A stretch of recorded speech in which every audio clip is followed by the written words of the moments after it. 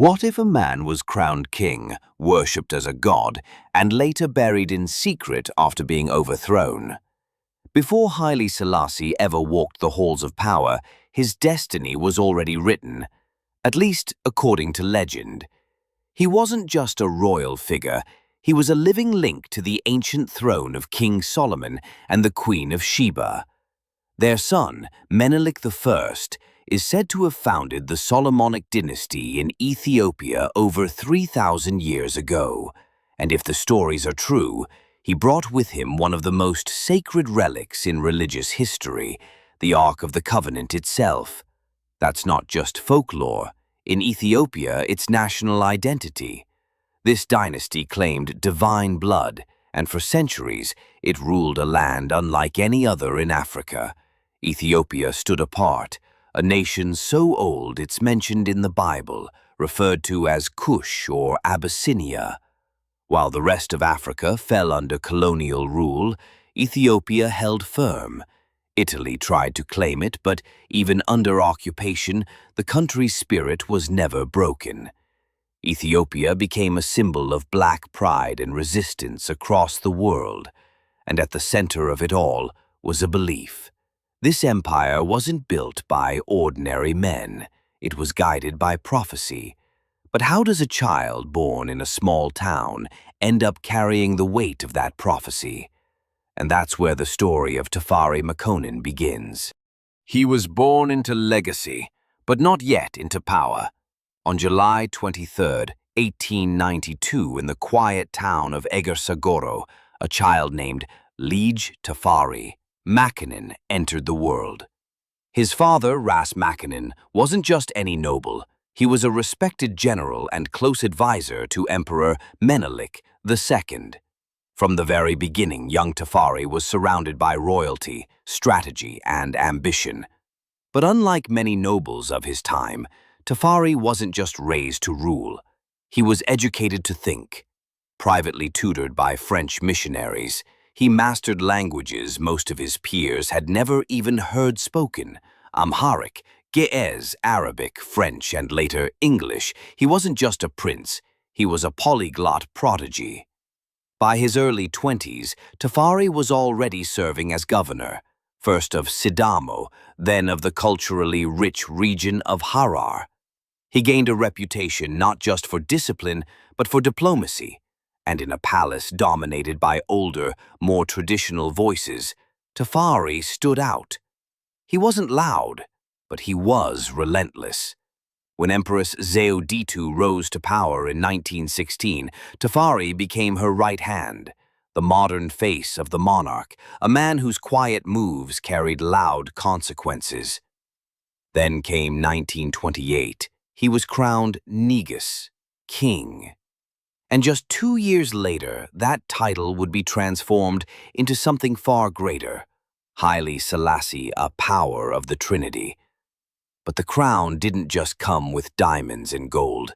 It came with global attention and massive expectations, and what happened at that coronation would shock the world.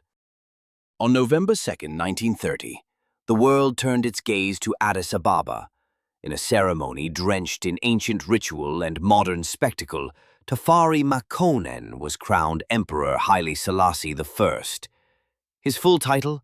King of Kings, Lord of Lords, Conquering Lion of the tribe of Judah. It wasn't just a political ascension, it was a divine declaration. Gold crowns, incense rising in thick waves, church choirs echoing through the mountains. International reporters, dignitaries, and royal envoys came from across Europe, Asia, and the Americas. The event made headlines. Time magazine even named him Man of the Year. This wasn't just an Ethiopian event, it was a global statement. Haile Selassie promised transformation. He rolled out Ethiopia's first modern constitution in 1931, establishing a parliament and centralizing power. He invested in schools, universities, hospitals, and a national bank. In a continent carved up by colonial rule, here stood one sovereign ruler speaking of modernization, sovereignty, and African dignity. But just as his empire looked forward, dark clouds were gathering on the horizon. And when war came, Selassie wouldn't just fight with armies, he'd battle with words that shook the conscience of the world. In 1935, fascist Italy, under Benito Mussolini, launched a brutal invasion of Ethiopia. Armed with tanks, planes, and poison gas, they overwhelmed Ethiopian forces. The emperor was forced into exile, seeking refuge in Britain. Many rulers would have faded into silence, but not Haile Selassie. In 1936, he stood before the League of Nations in Geneva and delivered a speech that changed everything. "It is us today, it will be you tomorrow." His words echoed not just in the halls of Europe, but across oppressed nations worldwide. He exposed the hypocrisy of global powers and became a symbol of resistance, not just for Ethiopians, but for anyone living under foreign rule. Then, in 1941, he returned. With the help of British troops and Ethiopian patriots, Selassie reclaimed his throne. His comeback was more than political, it was symbolic. The Lion of Judah had roared back into power, but while his empire recovered from war, a different kind of revolution was quietly blooming on distant shores where people saw him as far more than a king. They saw him as divine. While the world debated politics and borders, a spiritual movement had begun halfway across the world, in Jamaica. Followers of a rising faith looked to Ethiopia, not just as a country, but as the promised land, and at the center of it all was Haile Selassie. The movement took his birth name, Rastafari, and became known as Rastafarianism. To them, Selassie wasn't just a man, he was the returned Messiah, the king foretold by Marcus Garvey, the black redeemer from Africa who would lead the oppressed to freedom. When Selassie visited Jamaica in 1966, he was greeted by thousands, some fainting, some weeping, others chanting and covering the air in ganja smoke. It wasn't just a political visit, it was a religious event. Bob Marley would later call him the King of Kings, quoting his speeches as gospel in his music. Yet, despite all this worship, Selassie never claimed divinity. He remained firmly loyal to the Ethiopian Orthodox Church. But he never condemned the Rastafarians either. He let the myth grow, and while he was treated like a god abroad, back home, everything was starting to fall apart. Because even gods can fall when hunger and silence reign. By the early 1970s, the empire was trembling.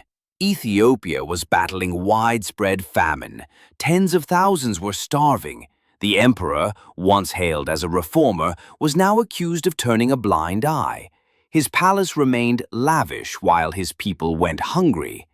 Whispers turned into outrage. Students protested, soldiers rebelled. The air was thick with revolution. In 1974, the military, known as the Derg, staged a coup. Selassie was quietly removed, driven away in the back of a Volkswagen Beetle. No grand rebellion, no final stand, just silence. He was placed under house arrest. A year later, he died under suspicious circumstances. The official report said natural causes, but few believed it. Many say he was suffocated, killed by the very men who once bowed before him. His body was hidden for decades.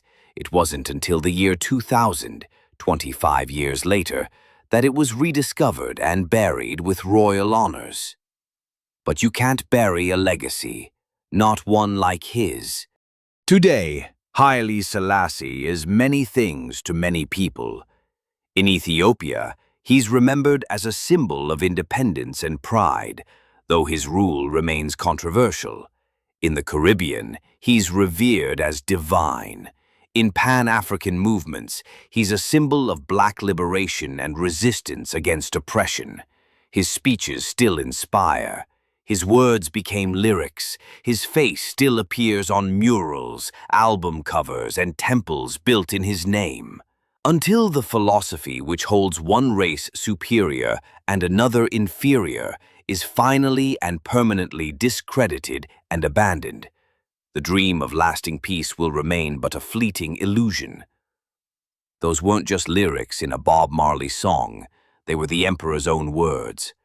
A reminder that behind the crown and myth stood a man who dreamed of something bigger, and even in death, the Lion of Judah still roars. If this story opened your eyes to a part of history most never learn, make sure to hit that like button, subscribe, and turn on notifications, because we're just getting started with more stories that reveal the powerful, the forgotten, and the legendary.